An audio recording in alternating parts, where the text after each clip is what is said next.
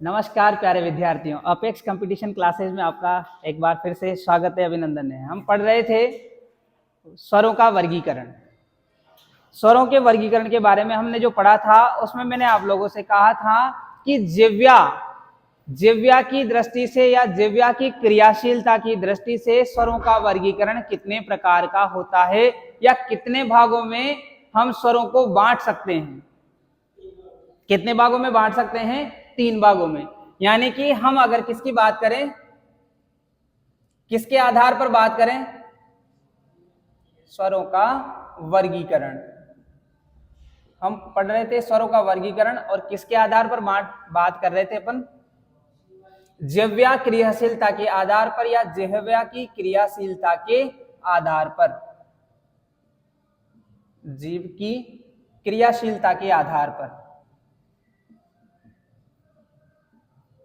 दिखाई दे रहा है? दे रहा है दिखाई? शीलता के आधार पर,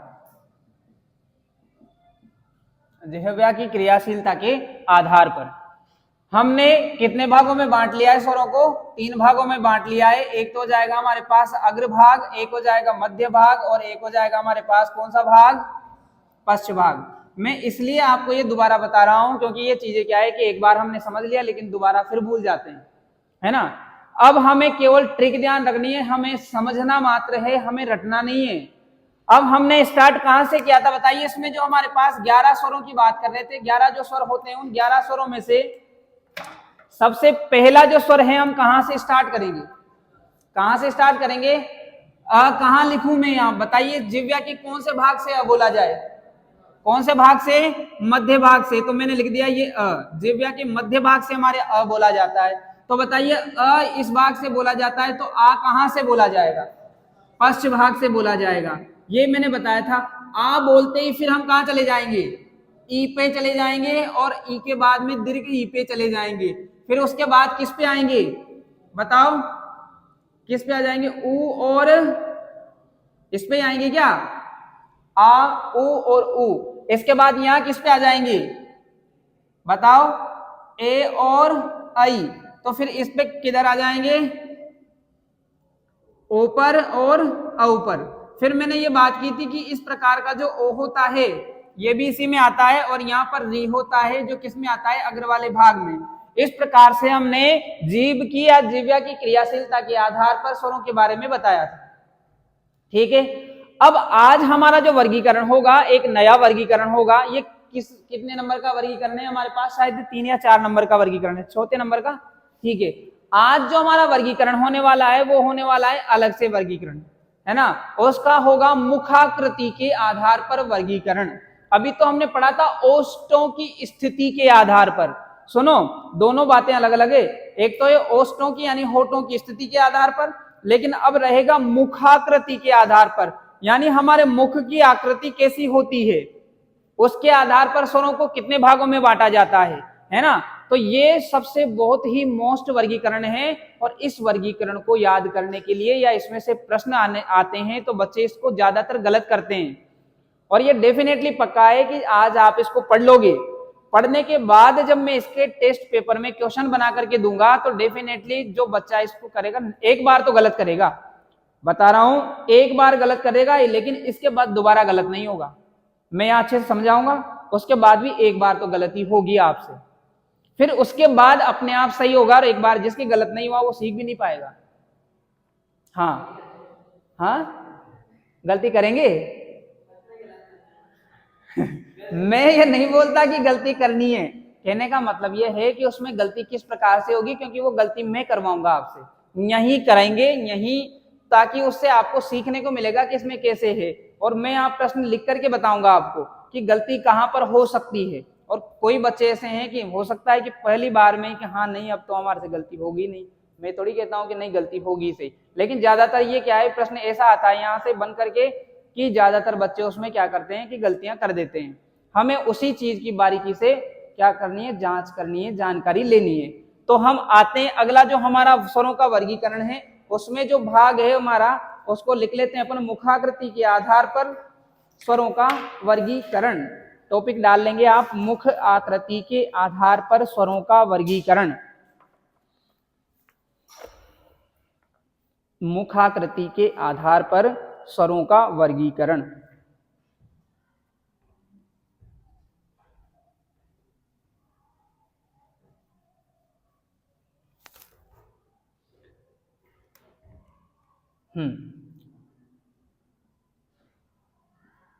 पांचवा वर्गीकरण रहेगा हमारा मुखाकृति के आधार पर। मुखाकृति यानी मुख की आकृति के आधार पर स्वरों का वर्गीकरण। मुखाकृति के आधार पर स्वरों का वर्गीकरण। देखो, मुखाकृति की बात करें तो मुख की हमारी आकृति कैसी हो उसके आधार पर स्वरों को कितने भागों में बांटा जाता है। तो हम बात करेंगे मुखाकृति के आधार पर स्वरों को कितने भागों में बांटा जाए, 4 भागों में बांटा जाता है। कितने भागों में बांटा जाएगा? 4 भागों में बांटा जाएगा। देखो, मुखाकृति के आधार पर जो 4 भाग होते हैं वो कौन कौन से होते हैं, मैं आपको इस डायग्राम के माध्यम से बता दूं कि मुखाकृति के आधार पर स्वरों को कितने भागों में, 4 भागों में बांटते हैं तो कौन कौन से होते हैं। जो हमारे पास पहला वर्गीकरण होता है उसका नाम है संवृत स्वर। संवृत स्वर। दूसरे की बात करें तो दूसरा जो भाग होगा वो होगा अर्ध संवृत स्वर। अर्ध संवृत स्वर। हम बात करें तीसरे भाग की तो तीसरा जो भाग होगा उसका होगा अर्ध विवृत स्वर। और जो चौथा भाग होगा उस चौथे भाग का नाम होगा हमारा विवृत स्वर। देखो, आप लोगों को इसके नाम याद हो जाने चाहिए कि स्वर कैसे हैं, किसके आधार पर हैं, मुखाकृति के आधार पर हैं। कौन कौन से हैं? एक तो है संवृत स्वर, एक है अर्ध संवृत स्वर, एक है अर्ध विवृत स्वर, एक है विवृत स्वर।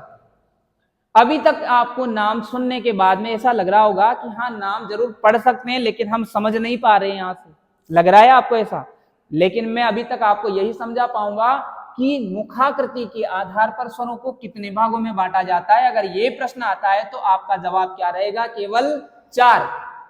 एक तो प्रश्न इस प्रकार का बन गया। दूसरे प्रकार की बात करते हैं। एक प्रश्न इस प्रकार से आएगा कि निम्न में से मुखाकृति के आधार पर स्वरों का वर्गीकरण नहीं है। तो 3 तो इनमें से दे देगा, एक कोई सा भी नाम बना करके दे देगा। पूछेगा कौन सा प्रकार नहीं है, तो आपको इन तीनों के अलावा जो चौथा होगा वही हमारा क्या रखना है? जवाब रखना है। ठीक है। अब हम किसकी बात कर रहे थे? यहाँ पर केवल और केवल स्वरों की बात कर रहे हैं। अब इनमें हमें यह जानना है कि भाई संवृत स्वर कौन सा होता है, अर्ध संवृत स्वर कौन सा होता है, अर्ध विवृत स्वर कौन सा होता है और विवृत स्वर कौन सा होता है। इन्हीं को तो जानना है, इसी के बारे में हम चर्चा कर रहे थे। तो आज आप सबसे पहले मुखाकृति के आधार पर स्वरों का वर्गीकरण डाल करके और ये टॉपिक लिख करके फिर नीचे एक लाइन जो मैं बोल रहा हूं उसको लिखेंगे। उसके बाद ये वाली डिजाइन बनाएंगे, मैं बोलूंगा तब। तो पहले तो आप इसको क्या करेंगे? मुखाकृति के आधार पर स्वरों का वर्गीकरण, और मैं बोल रहा हूं यहां से लिखना है।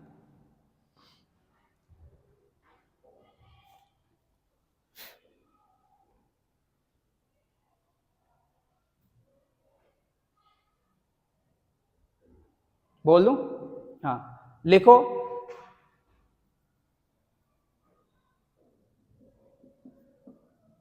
मुखाकृति के आधार पर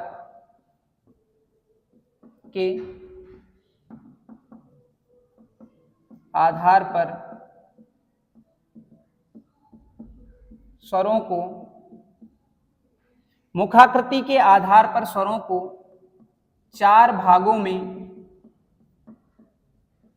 बांटा गया है।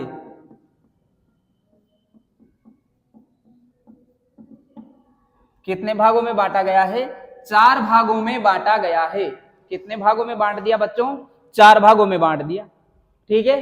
अब उन 4 भागों में बांटते ही हम जो बात करेंगे पहले इनको समझने की।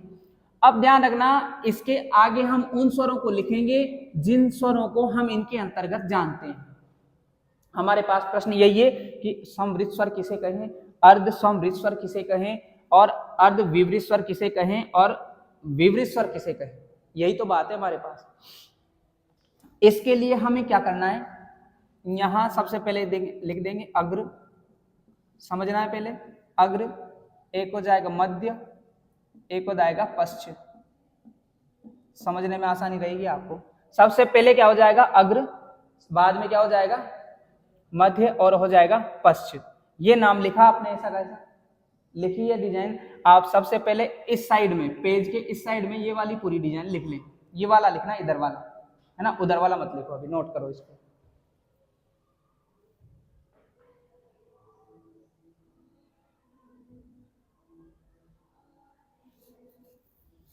बहुत इजी है।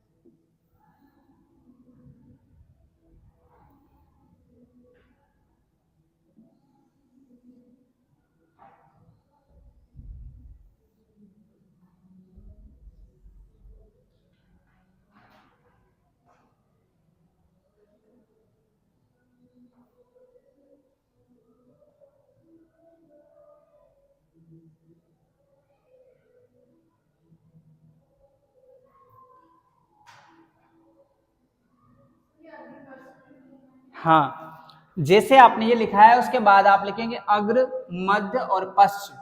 अग्र, मध्य और पश्च, ऐसा कैसा ही लिख दो।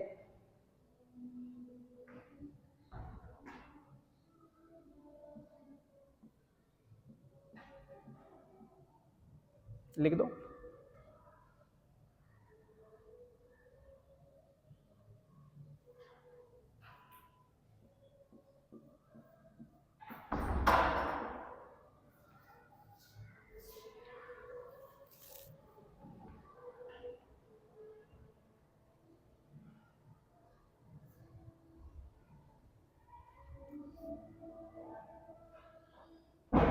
हाँ, देखो अग्र वाला जो भाग था उसमें हमने पढ़ा था कि उसमें कौन कौन से स्वर आ गए थे। अग्र वाले भाग में बताइए कौन कौन से आ गए थे। ई और कौन सा आ गया था, हाँ बताओ कौन सा आ गया था, ई और दीर्घ ई। तो पश्च वाले भाग में कौन से आ गए थे बताइए बोल करके मुझे, ऊ और ऊ। क्या मैंने गलत बोला? नहीं। तो फिर उसके बाद हम क्या कर देंगे, यहां पर ए, क्या कर देंगे ए। लिखते जाओ आप, साथ के साथ लिखते जाओ। देखो यहां पर समवृत्त स्वर क्या होता है, एक तो ई होता है, एक दीर्घ ई होता है। क्या होता है, ई होता है और दीर्घ ई होता है, और ऊ होता है, दीर्घ ऊ होता है। उसके बाद की बात करें तो ये हो जाएगा हमारे पास आई। इसके बाद की बात करें, इसको हटा देंगे, इसको हटा देंगे। उसके बाद हमारे पास जो अ है वो कहां से बोला जाएगा, अर्ध विवृत स्वर कहलाता है। क्या कहलाता है, अर्ध विवृत स्वर कहलाता है। बात समझ में आ रही है कि नहीं आ रही?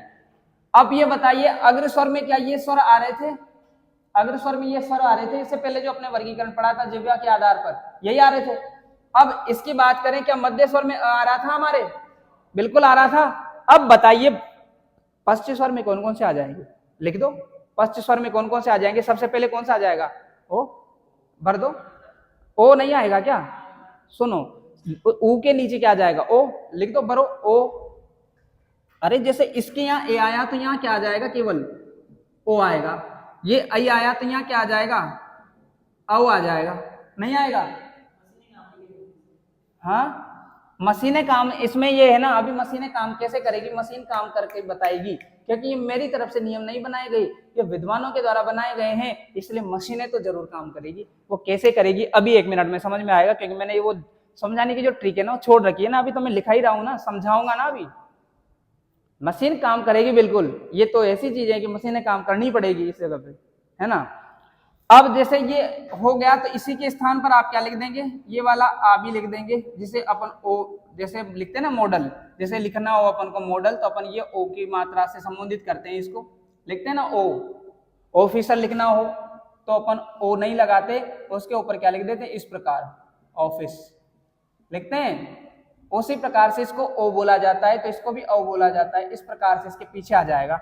अब अगर विपरीत स्वर की बात करें तो हम क्या कर देंगे, इस पर क्रॉस कर देंगे, इस पर क्रॉस कर देंगे, यहां क्या कर देंगे अपन आ कर देंगे। क्या आ पश्च स्वर के अंतर्गत आता है? डेफिनेटली आता है। मैंने आपको इसीलिए पहले वो किसके भाग पढ़ाए थे, जिव्या की स्थिति के आधार पर पढ़ाए थे, ठीक है। अब बताओ क्या हमने ऐसा पहले पढ़ रखा है कि अग्रभाग में ई और ई आता है? हमने पढ़ रखा है अग्रभाग में ई ए आता है, अग्रभाग में आई आता है, पढ़ रखा है। मध्य भाग में केवल क्या आया हमारे पास, अ आया।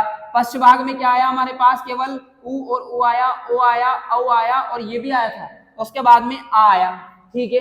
अब समझने की बात यह है, समझाने की बात यह है, आप कहोगे कि भाई मशीनें काम कैसे करें, आपने जाने क्या बता दिया, स्वर अर्ध विपरीत स्वर जाने क्या क्या बोल दिया आपने, तो है ना। तो हम इसके बारे में ये बात कर लेते हैं। हाँ देखो ये एक विशेष बात है आप लोगों के लिए, यहाँ पर एक तल जरूर लगा देना, ये इन सभी में तो आएगा ये विपरीत समृद्ध। अब दे दो, ध्यान दो। अब एक छोटी सी ट्रिक क्या है मेरे पास, छोटी सी ट्रिक आप ध्यान रखोगे। चार जो आप बच्चे हैं इनमें से मेरे को ये बताइए कि इनका मतलब क्या होता है, इनका मतलब क्या होता है? समवृत्त का मतलब पूरा वृत्त बनता है, और आधा वृत्त बनता है, और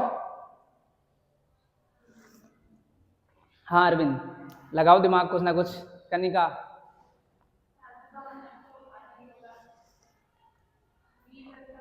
देखो ये इसी बात में छिपा के रख रहा था, आ जाइए। देखो इसका मतलब होता है ढका हुआ, इसका मतलब होता है आधा ढका हुआ, इसका मतलब होता है आधा खुला हुआ, इसका मतलब होता है खुला हुआ। अब क्या खुला हुआ, किसकी बात कर रहे हैं? देखो हमने किसके आधार पर पढ़ा है, मुखाकृति के आधार पर। अरे जिन वर्णों को बोलते समय हमारा मुख कैसा रहेगा, अरे ढका हुआ रहेगा, उन्हें क्या कहेंगे, संवृक्षण कहेंगे। जिन वर्णों को, जिन स्वरों को बोलते हुए हमारा मुख कैसा रहेगा, अरे ढका हुआ रहेगा। अब जब हमारा मुख ढका हुआ है, हमारा मुख पूरा खुला हुआ नहीं है, ढका हुआ है, तो ऐसे स्वरों को बोलते समय हमारी स्थिति कैसी रहेगी, समवृत्त रहेगी, यानी हमारा मुख कैसा रहेगा, ढका हुआ रहेगा। अब ई को बोलो, ई ई ई, चाह करके भी हम मुंह को नहीं खोल सकते, खोल सकते हैं क्या, ई ई, उसके बाद इसको ए, जैसे ही ए पे आए, ए पे आते अर्ध संवृत्त, थोड़ा सा मुख क्या हो जाएगा, थोड़ा सा ढका हुआ है, पहले तो पूरा ढका हुआ था, अब थोड़ा सा कम ढका हुआ है, यानी कि इसमें क्या हो गया, आधा ढका हुआ। मुंह कैसा है, ए ए ए, ई में तो पूरा ढका हुआ था, ए बोलते ए, क्या हो गया, ए बोलते ही हमारा जो मुख है कैसा हो गया, आधा ढका हुआ हो गया। पहले तो पूरा ही ढका हुआ था, लेकिन ए बोलते ही हमारा मुख कैसा हो गया, आधा ढका हुआ। अब यहाँ पर आधा खुला हुआ, जैसे हमने क्या बोला, आई आई आई आई, अब मुख पूरा थोड़ी खुल रहा है, कितना खुल रहा है, आधा खुल रहा है। आई बोल करके देखो, आई आई, आधा खुला हुआ है, परंतु जैसे हमने क्या बोला, हमने बोला आ, पूरा मुख दिखाई दे जाएगा, पूरा मुख खुल गया आपका। तो विवृत का मतलब क्या होता है, विवृत का मतलब ऐसा स्वर जहां पर हमारे मुख की स्थिति कैसी होगी, हमारा मुख कैसा होगा, खुला हुआ होगा, उसे हम क्या कहेंगे। आ गई बात समझ में, नहीं आई क्या? अब आपसे पूछा जाता है कि विवृत स्वर क्या होता है, तो इसका अर्थ क्या होगा, बोलो। हाँ, जहां पर यानी जिन वर्णों को बोलेंगे, जिन स्वरों को बोलेंगे तो हमारा मुख कैसा रहेगा, खुला हुआ रहेगा। अब देखो हमने केवल ये बोला है, अब आप लोगों को ये बताना है। मैंने एक समझा दिया, और नहीं समझ में आता है तो आप मेरे को दोबारा समझें, मैं दोबारा समझाऊंगा, है ना। ध्यान दो, हमने बोला कि अब ये कहां से बोला जाता है, अगर जिह्वा की दृष्टि से देखें तो मध्य भाग से बोला जाता है, हमारी जिह्वा की मध्य भाग से। लेकिन ये आ किस में ना है, आधा खुला हुआ, यानी कि अगर अ को बोलेंगे या फिर ऐ को बोलेंगे तब दोनों की स्थितियां एक जैसी रहेगी।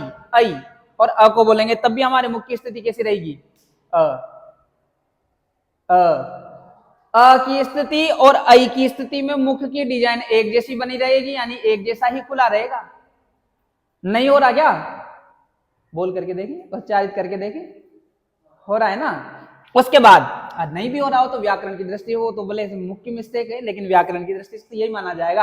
अगर पूछा जाता है ऐसे वर्ण देकर के ई ए ऐ, निम्न में से अर्ध संवृत स्वर होगा, निम्न में से ये दे दिया ई ए ऐ, निम्न में से अर्ध संवृत स्वर होगा, तो अर्ध संवृत स्वर कैसा होगा, ऐ होगा, नहीं होगा, अर्ध विवृत होगा। अर्ध संवृत की बात करें तो कौन सा हो जाएगा, ए हो जाएगा।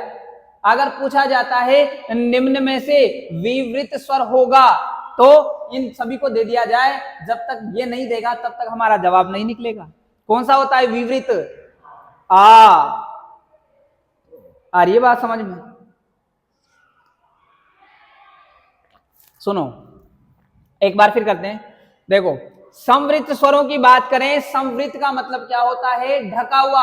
अब बोलेंगे हम कौन से वर्ण को, ऊ को और ऊ को। ऊ को बोलते हुए हमारा क्या मुख खुला हुआ है क्या, ऊ ऊ मुख खुला हुआ नहीं है। उसके बाद हमने बोला ओ, हमारा मुख ढका हुआ तो था लेकिन आधा ढका हुआ है, पूरा पहले की तरह नहीं ढका हुआ। अब सुनो, जैसे हमने बोला जैसे हमने बोला अ, या फिर हमने बोला जैसे औ औ औ औ औ बोला औ, तो हमारा मुख आधा खुला हुआ है, अभी आधा खुला है। जैसे किसी बोतल का ढक्कन है आधा खुला हुआ है, औ औ औ। लेकिन जैसे हमने क्या बोला, आ बोला, तो हमारा मुख क्या हुआ है, पूरा खुला हुआ है। बात समझ में आ गई। तो अब आपसे पूछ लिया जाए, देखो पहले पूछ लेता तो शायद जवाब नहीं देते। अब अगर मैं आप लोगों से एक प्रश्न करूं कि बताइए,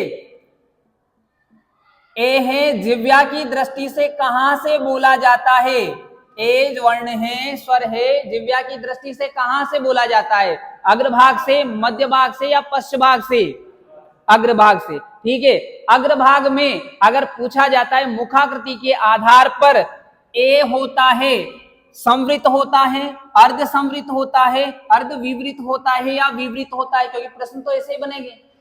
बताओ किससे, अर्ध संवृत से बोला जाएगा। आ गई क्या बात समझ में, है क्या दोबारा समझाने की आवश्यकता, समझाने की आवश्यकता तो नहीं है, लेकिन जहां कमी है उस जगह की मैं बात कर लूं कि आप यहां पर, आपके पास अगर आगे जगह हो तो आप आगे इस डिजाइन को लिख दें, यहां नहीं हो तो आप इस जगह पर भी यहाँ एरो लगा करके लिख सकते हैं। जैसे यहाँ लिख देंगे, यहाँ लिख देंगे ढका हुआ, यहाँ लिख देंगे आधा ढका हुआ, यहाँ लिख देंगे आधा खुला हुआ, यहाँ लिख देंगे खुला हुआ। मेरे ख्याल से आपको समझ में आ गई होगी बात।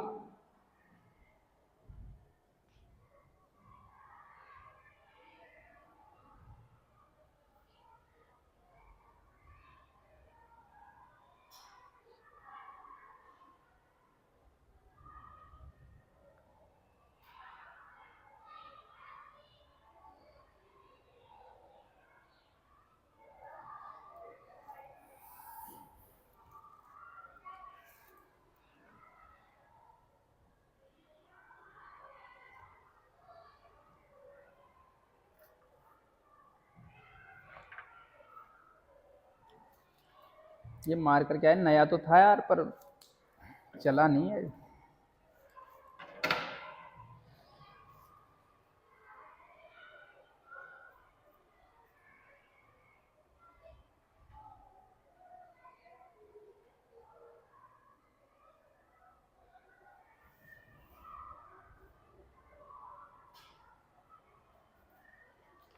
आगे पढ़े। अगर आपने ये लिख लिया हो तो अब क्या करेंगे, हम प्रत्येक की परिभाषा लिखेंगे, ठीक है, क्योंकि अभी हमने समझा है डायग्राम के माध्यम से। और मैं बताऊं, इसका नियम यह है सीखने का कि जब आप घर पे जाते हो तो घर पे जाने के बाद आप इसका नाम पढ़ें कि किसके आधार पर है, मुखाकृति के आधार पर। फिर हमारे दिमाग में एक पिक्चर सेट करें कि मुखाकृति के आधार पर सर ने बताए थे 4 प्रकार की। 4 प्रकार में सर ने सबसे पहले बताया था समवृत स्वर, दूसरा बताया था अर्ध समवृत स्वर, तीसरा बताया था कौन सा, अर्ध विवृत स्वर, और चौथा क्या बताया था, विवृत स्वर। ऐसे याद नहीं होता है तो सबसे ऊपर लिख लो समवृत, सबसे नीचे लिख लो विवृत। अब ये विवृत के जस्ट ऊपर क्या लिख देंगे, अर्ध विवृत, और समवृत से जस्ट नीचे क्या लिख देंगे अपन, अर्ध समवृत। फिर हम जो बात करेंगे वो किसके विषय में करेंगे, जिह्वा के आधार पर। जिह्वा पे आ जाइए आप, अग्र हो जाएगा, मध्य हो जाएगा, पश्च हो जाएगा, ठीक है। देखो दोनों तरफ से कनेक्शन है, अग्र हो जाएगा, मध्य हो जाएगा और पश्च हो जाएगा। अग्र वाला जो भाग है उसमें आने वाले सारे वर्ण लिख दो आप, और लिखने का तरीका वही होना चाहिए जैसे ई और ई लिखा, ए और आई लिखेंगे। वहां अपन ने एक साथ लिखा था, यहाँ ऐसे ऐसे लिखना है। फिर उसके बाद अपन इस साइड में जब पश्च वाला भाग है वहां पर क्या लिख देंगे, एक तो छोटा ऊ लिख देंगे, एक बड़ा ऊ लिख देंगे, लेकिन उसके जैसे नीचे आएंगे ओ लिखेंगे, और उसके भी नीचे क्या आएंगे, औ लिखेंगे। उसके साथ ओ वाला भी लिख देंगे जिसके ऊपर चंद्र बिंदु टाइप का जाता है। उसके बाद की बात करें अपन कि उसे स्वनिम बोलते हैं ना।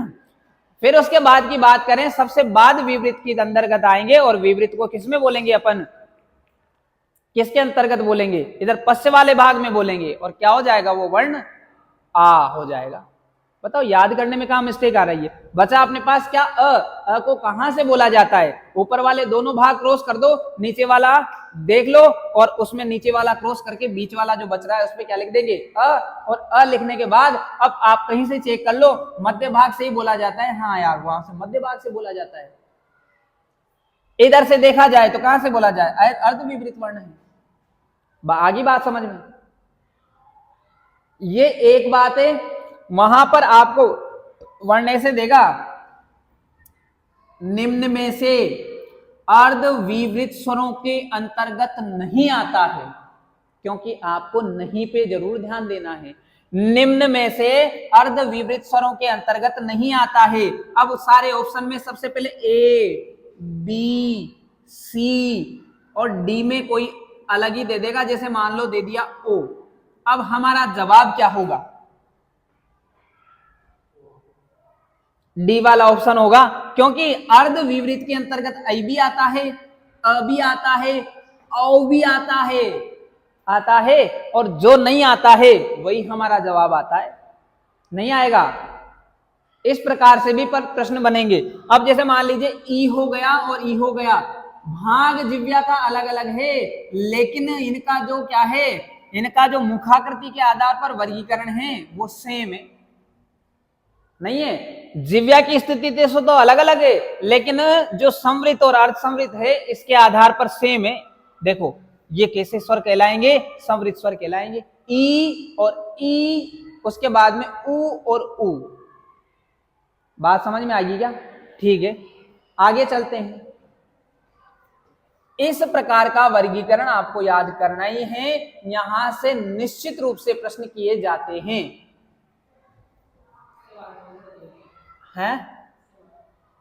इसके बाद वर्गीकरण देखते हैं। अभी देखो ये थे हमारे पास स्वरों के वर्गीकरण। अब हमारे पास एक वर्गीकरण बचता है, वो है किसके आधार पर, वो होता है उच्चारण काल, उच्चारण के आधार पर या फिर उच्चारण स्थिति के आधार पर।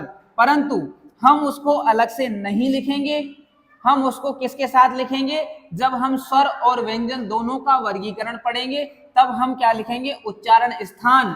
तो उच्चारण स्थान में हम एक साथ स्वर और व्यंजन दोनों को साथ में लिखेंगे, है ना, उच्चारण स्थान। क्योंकि डेफिनेटली पक्का है कि उच्चारण स्थान से भी प्रश्न बनता है ना, कि अवर्ण को उच्चारण स्थान यानी मुख में कहां से बोला जाए, च वर्ण को कहां से बोला जाता है, प को कहां से बोला जाता है, इनको पढ़ेंगे। तो अभी तक तो हमने क्या पढ़ा, केवल स्वरों का वर्गीकरण।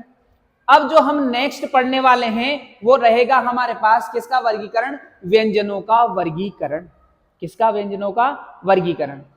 देखो जैसे मैं एक एक चीज, एक एक बारीकी से हर एक चीज, जैसे अभी तक स्वर पढ़े और स्वर कहाँ कोने कोने का भी प्रश्न हमारे पास इसमें क्लियर हो गया। प्रश्न बचा है केवल स्वरों का, किसमें से? उच्चारण स्थान में से। पूछ लिया गया कि जैसे ओ है, ओ का उच्चारण स्थान क्या है।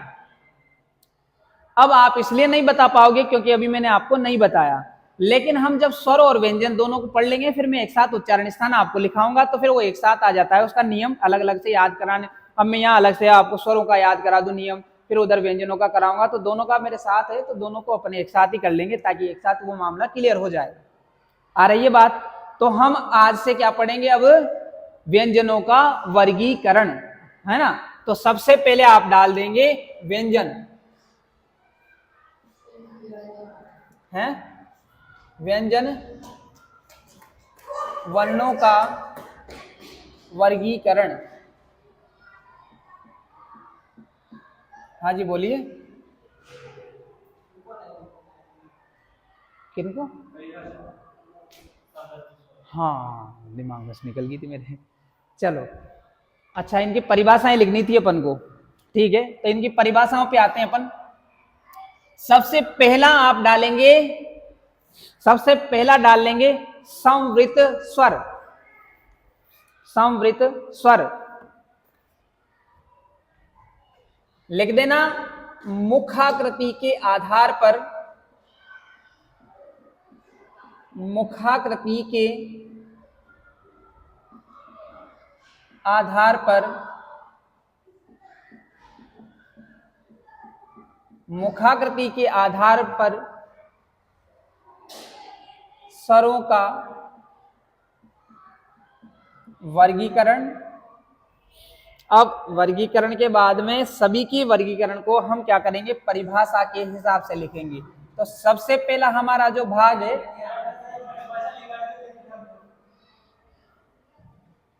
अच्छा ये सोच रहे थे कि मैं परिभाषा लिखा रहा हूं, नहीं टॉपिक डालना पड़ता है ना, क्योंकि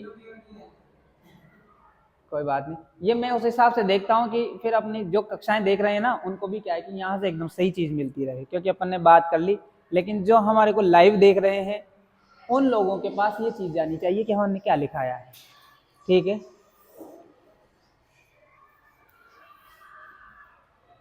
इसी प्रकार की अच्छी अच्छी कक्षाएं देखने के लिए आप अपेक्स कंपटीशन क्लासेस को ज्वाइन कर सकते हैं, और आप अपने जो साथी मित्र हैं उनको भी ला सकते हैं, है ना।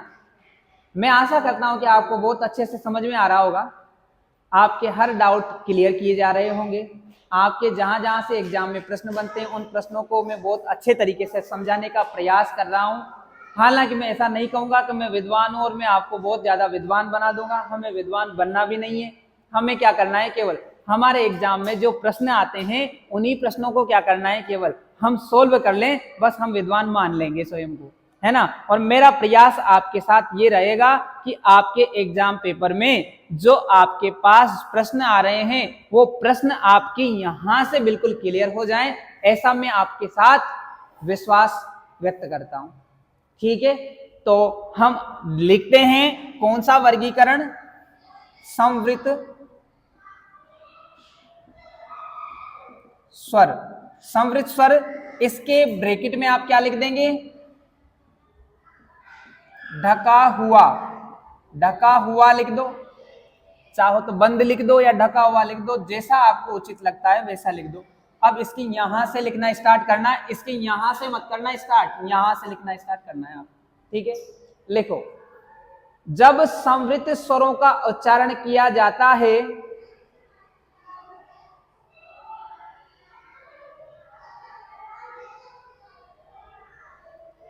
जब संवृत स्वरों का उच्चारण किया जाता है, जब संवृत स्वरों का उच्चारण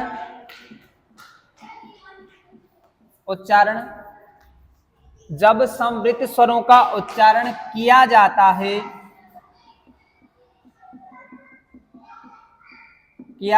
है, तो जब संवृत स्वरों का उच्चारण किया जाता है तो हमारा मुख प्रायः हमारा मुख प्रायः बंद रहता है।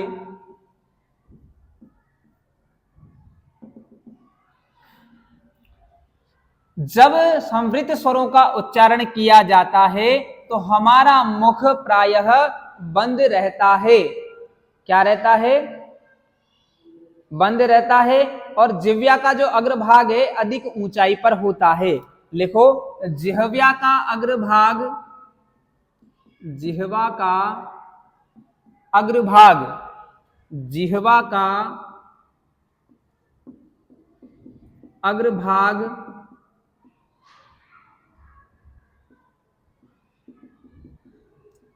अधिक ऊंचाई पर होता है, ऊंचाई पर होता है।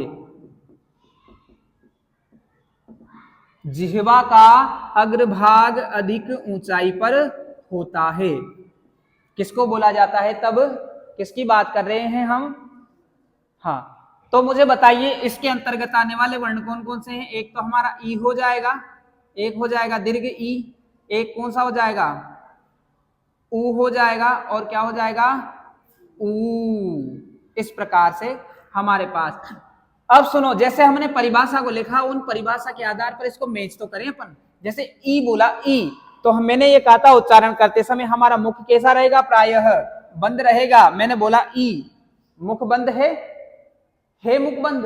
उसके बाद में एक और हम देखते हैं कि जिह्वा का अग्रभाग कैसा रहेगा? अधिक ऊंचाई पर होगा, ई। जिह्वा का अग्रभाग अधिक ऊंचाई पर, ई ई ई। जिह्वा का अग्रभाग क्या है? अधिक ऊंचाई पर है, यानी आगे वाला भाग थोड़ा सा क्या है? ई ई उ उ व ई ई ई, है ना। इसके बाद की हम बात करते हैं, जो हमारा दूसरा प्रकार है वो लिख देंगे अपन अर्ध संवृत, अर्ध संवृत स्वर, अर्ध संवृत स्वर। अर्ध संवृत स्वर की परिभाषा में लिख देंगे। लिखो, इसके ब्रैकेट में क्या लिख देंगे अपन को? क्या लिखना है इसके ब्रैकेट में? आधा ढका हुआ। पैटर्न वही रहेगा जो मैंने एक परिभाषा लिखा दी, उसी पैटर्न पर चलेंगे अपन। अब यहां से लिखना स्टार्ट करना है। लिख दो, इसमें लिखेंगे, लिखो, इन स्वरों के उच्चारण में, इन स्वरों के, इन स्वरों के उच्चारण में, इन स्वरों के उच्चारण में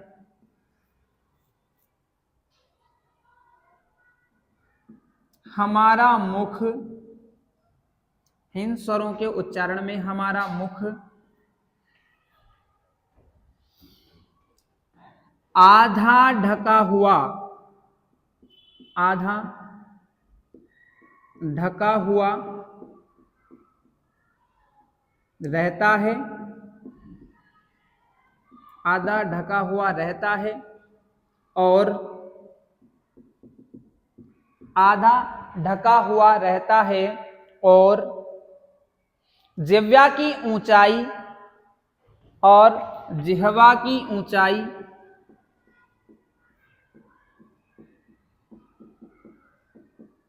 और जिह्वा की ऊंचाई समवृत्त से, जिह्वा की ऊंचाई समवृत्त से कम रहती है, कम रहती है। जैसे, जैसे ए ओ, जैसे क्या हो जाएगा? ए ओ।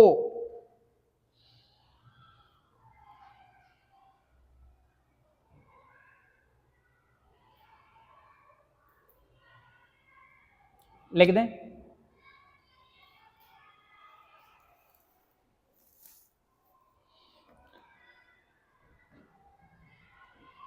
नंबर 3 लिख देंगे अपन, अर्ध विवृत स्वर।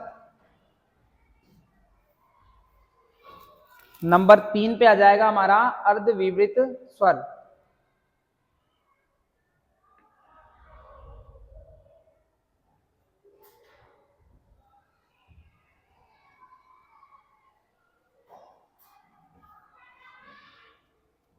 यहां तक क्या आई क्या बात समझ में? आई क्या बात समझ में यहां तक की? लिख देंगे अपन अब नंबर 4 पे क्या, तीसरे पे क्या लिख देंगे अपन? अर्ध विवृत, अर्ध विवृत स्वर। अर्ध विवृत स्वर, इसके ब्रैकेट में क्या लिख देंगे अपन? बताओ। आधा खुला हुआ। कैसा खुला हुआ? आधा खुला हुआ। अब इसके अंदर लिखना प्रारंभ कर देंगे। लिखो, जिन स्वरों के उच्चारण में, जिन स्वरों के उच्चारण में, जिन स्वरों के उच्चारण में, जिन स्वरों के उच्चारण में, जिन स्वरों के उच्चारण में मुख विवृत स्वर से, मुख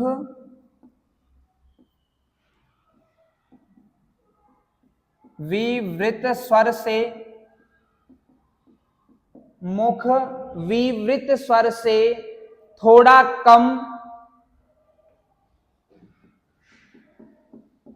थोड़ा कम तथा संवृत स्वर से, तथा संवृत स्वर से अधिक खुलता है। यहां अर्ध संवृत लिखना, अर्ध संवृत, अर्ध संवृत, अर्ध संवृत स्वर से अधिक खुलता है।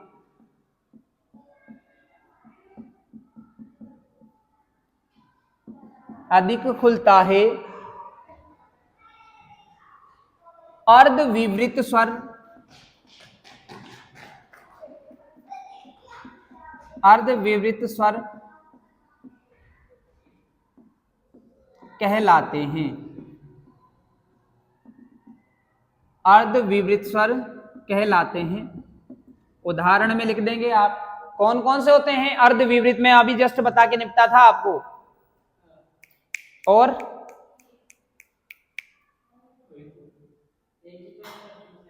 अर्ध, अरे यार ये कैसे हो गया? मैंने आपको अभी प्रश्न बना करके बताया था, इसीलिए तो बताया था। फिर किसके लिए बताया था? वो केवल अरे मध्य में आएगा लेकिन उसका अर्ध विपरीत तो ज्यादा है ना। एक तो कौन कौन सा जाएगा? आई आएगा कि नहीं आएगा? एक क्या जाएगा? अ, उसके बाद में औ, और भी आएगा। एक नहीं करना। आ गई बात समझ में? तो ये हमारे पास क्या हो गया? अर्ध विवृत अर्थात आधा खुला हुआ। हम इसको ऐसे भी लिख सकते थे कि जिन स्वरों को बोलते समय हमारे मुख की स्थिति कैसी रही, हमारा मुख आधा खुला हुआ दिखाई देता है, तो उन्हें हम क्या कहते हैं? अर्ध विवृत स्वर कहते हैं। और अर्ध विवृत स्वर कौन कौन से हो जाते हैं प्यारे बच्चों? अर्ध विवृत स्वर होते हैं ऐ, अ, औ और औ। ये इस प्रकार का है ना। तो इसके बाद की हम जो बात करेंगे वो हमारा अंतिम प्रकार है मुखाकृति के आधार पर, और उसे हम क्या कहते हैं? विवृत स्वर। विवृत का मतलब क्या होता है? खुला हुआ। अर्थात जिन स्वरों को बोलते समय हमारा मुख पूरा खुला हुआ रहता है या पूरा खुल जाता है, उन्हें हम क्या कहेंगे? विवृत स्वर कहेंगे। तो आप जो हमारी नेक्स्ट परिभाषा है बहुत ही अच्छे तरीके से समझ करके, यहां से देख करके अच्छे से लिखें।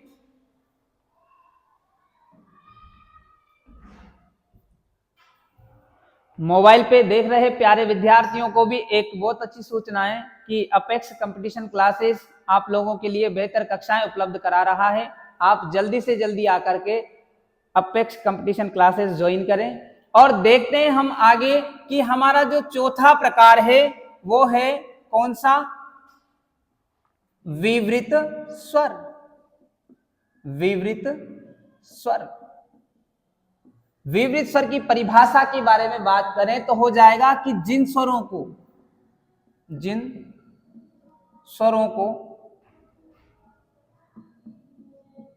बोलते समय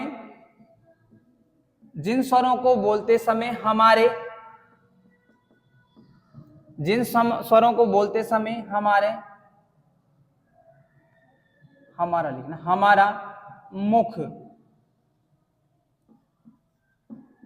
पूरा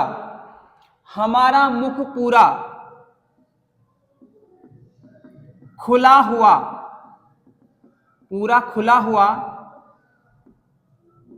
दिखाई देता है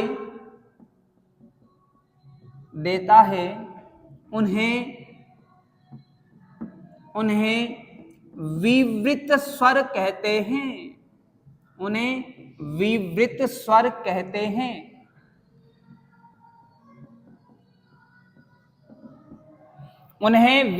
कहते हैं। और प्यारे बच्चों बताओ कि हमारे पास विवृत स्वर कितने होते हैं? एक ही है, और वो कौन सा है? आ। आप स्वयं उच्चारित करके देख सकते हैं कि जब हम विवृत स्वर को बोलते हैं तो हमारे मुख की स्थिति कैसे हो जाती है? पूरा खुला हुआ दिखाई देता है। बोल करके देखें आप, बोलो आ। हमारा मुख पूरा खुला हुआ होता है ना? तो ठीक है, आज हमने किसके बारे में बात की? मुखाकृति के आधार पर स्वरों का वर्गीकरण। ठीक है, एक बार फिर से हम दोबारा इसका रिवाइज करते हैं इसको, है ना? देखते हैं आपको कितना याद रहा है, कितना याद नहीं रहा है। ओके,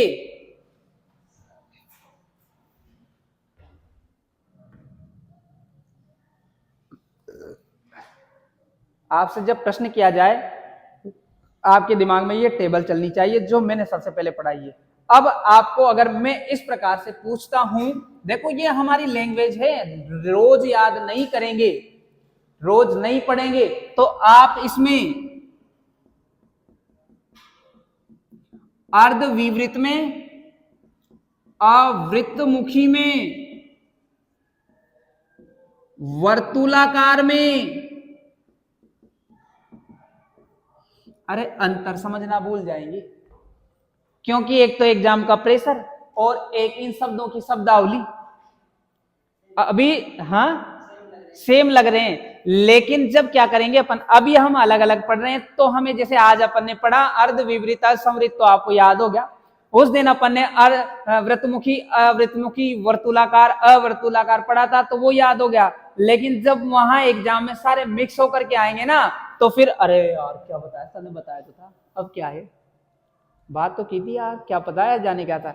लेकिन इस स्थिति से बचने के लिए ही मैं आपसे बोल रहा हूं कि जो चीजें एक बार पढ़ा दी उसको आप घर पे बिल्कुल तरीके से और ईमानदारी के साथ क्या करेंगे, एक बार खुद तैयार करेंगे। तैयार करने के बाद जो समझ में नहीं आता है, आप यहां आते ही सबसे पहले प्रश्न ही कर लो कि हमें यह समझ में नहीं आया, आप दोबारा समझाओ, तो फिर वो हमारी समस्या हो जाएगी। अब हम अगर घर पे जाकर के इसका रिवीजन नहीं करते हैं तो फिर वो क्या है कि जो आपके मन की बातें हैं ना, वो मन में रह जाएगी, और जब मन में रहेगी तो एग्जाम में जब आप करोगे तो वो गलत करके आओगे।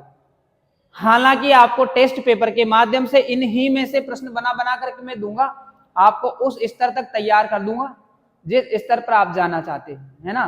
तो इसके लिए मैं तो यही कहूंगा कि जो चीज आपको नोट करा दी गई बस उसको तो आप मुख जबानी याद कर लो, आपके मुख पे रहे वो बातें, तो क्योंकि ये क्या है, छोटी छोटी बातें हैं, लेकिन जब ये इकट्ठा होकर के एक साथ आएगी ना तो फिर वो दिमाग इधर उधर कर देती है अपना, है ना? क्योंकि अभी तो ये एकमात्र टॉपिक है, केवल हमने स्टार्ट किया है, अभी तो अपने पास बहुत अच्छे अच्छे टॉपिक आने वाले हैं बाद में, है ना? ये तो केवल स्टार्टिंग है, अभी तो अपन वर्ण ही पढ़ रहे हैं। हमने अभी तो वर्णों में से भी आधा ही वर्ण पढ़ा है, स्वर वर्ण। अभी तो हमारे पास व्यंजन वर्ण है, व्यंजन वर्णों के भी कई प्रकार वर्गीकरण किया गया है, प्रयत्न के आधार पर किया गया है। घोष अघोष के आधार पर जो वर्गीकरण होता है वो किया गया है। उच्चारण स्थान के आधार पर हमारे पास वर्गीकरण है। तो वर्गीकरण तो बहुत सारे हैं। हमने केवल पढ़ा था कि अनार आम होते हैं, लेकिन अनार आम भी कैसे कैसे होते हैं ये आज हमें पता चल रहा है ना, बहुत ही अच्छे तरीके से। और मैं बता रहा हूं कि जो कक्षाएं आप यहाँ ले रहे हो ना, आप एक बार अपनी कक्षाओं को देखना, उसके बाद आप कहीं भी देख लेना, आपको जो चीज यहाँ एक बार समझ में आएगी ना, वैसा कहीं समझ में नहीं आएगा। क्योंकि मैं बहुत ही तरीके से आपके दिमाग को पढ़ करके मैं उन चीजों को समझाने का प्रयास कर रहा हूँ। एक ही चीज को मैं 3 बार रिवाइज कर देता हूँ लोगों के सामने। मेरा मानस ये नहीं है कि मैं आपको 3 बार किस प्रकार से दे रहा हूँ, मेरा मानस ये है कि आपके दिमाग में सेट हो जाए, आपके दिमाग मतलब आपका दिमाग ऑटोमेटिक बोलने अरे यार सर आगे बढ़ो अब तो, इसका मतलब आपके दिमाग में वो बात जा चुकी है ना। करते हैं रिविजन अपन एक बार, है ना। किसके आधार पर पढ़ा अपन ने, बोलो जल्दी से बताओ, किसके आधार पर? मुखाकृति के आधार पर। किसके आधार पर? मुखाकृति के आधार पर। किनको पढ़ा अपन ने? स्वरों को पढ़ा। किसको पढ़ा? स्वरों को पढ़ा। किसके आधार पर? मुखाकृति के आधार पर। कितने भागों में बांटा? 4 भागों में बांटा। ठीक है, 4 भागों में हमने नाम जो बात की थी उनकी बात की थी। नाम कौन कौन से हो जाते हैं हमारे पास? संवृत स्वर। दूसरा अगर बात करें तो वो हो जाएगा हमारे पास अर्ध संवृत स्वर। ठीक है, तीसरे की अगर हम बात करते हैं तो वो हो जाएगा हमारे पास अर्ध विवृत स्वर। ठीक है, और उसके बाद की बात करें हम तो अंतिम हो जाएगा हमारे पास अर्ध संवृत विवृत स्वर। कौन सा हो जाएगा? विवृत स्वर। अब ये 4 जो भाग हैं, इन चारों भागों के अंतर्गत कौन कौन से हमारे पास स्वर आते हैं, इनकी भी हमने एक सारणी के माध्यम से चर्चा की थी। और वो सारणी मैं आप लोगों के सामने फिर से एक बार बना देता हूं।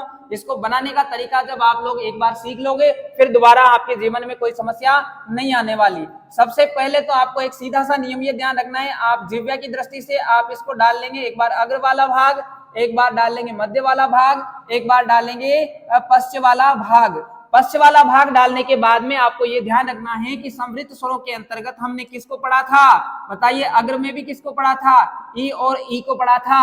और इसके बाद हमने किसको पढ़ा था? क्रॉस का निशान लगा दो। किसको पढ़ा है?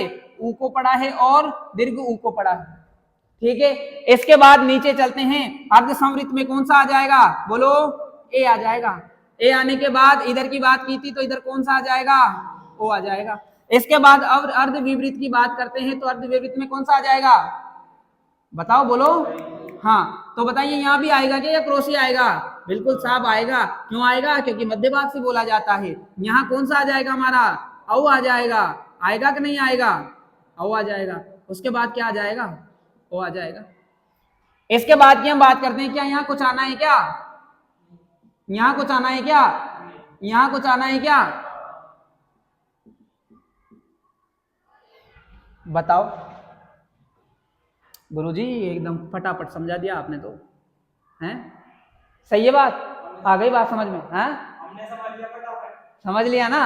हाँ, तो इसी की बात कर रहे थे। अब यहाँ से अपन भूलने वाले ही नहीं है। अब तो बोले जिह्वा के आधार पर पूछे, मुखाकृति के आधार पर पूछे, ओष्ठों की स्थिति के आधार पर पूछे, या फिर किसी भी आधार पर वो पूछ ले। स्वरों में तो गुरुजी हम कभी गलती करेंगे ही नहीं। करेंगे क्या? कर ही नहीं सकते। ठीक है, तो मैं आशा करता हूं कि आज की कक्षा आप लोगों को बहुत अच्छे से समझ में आई होगी। मैं और अधिक अच्छा प्रयास करूंगा आपको समझाने का। और अगर आप लोग घर पे जैसा मैं बता रहा हूं वैसा पढ़ते हो तो बिल्कुल आप जिस मानसिक स्थिति को लेकर के यहाँ आए हो, आपको उससे भी बहुत बेहतर मिलने वाला है। ठीक है, आज की कक्षा को हम यहीं विराम देते हैं। धन्यवाद।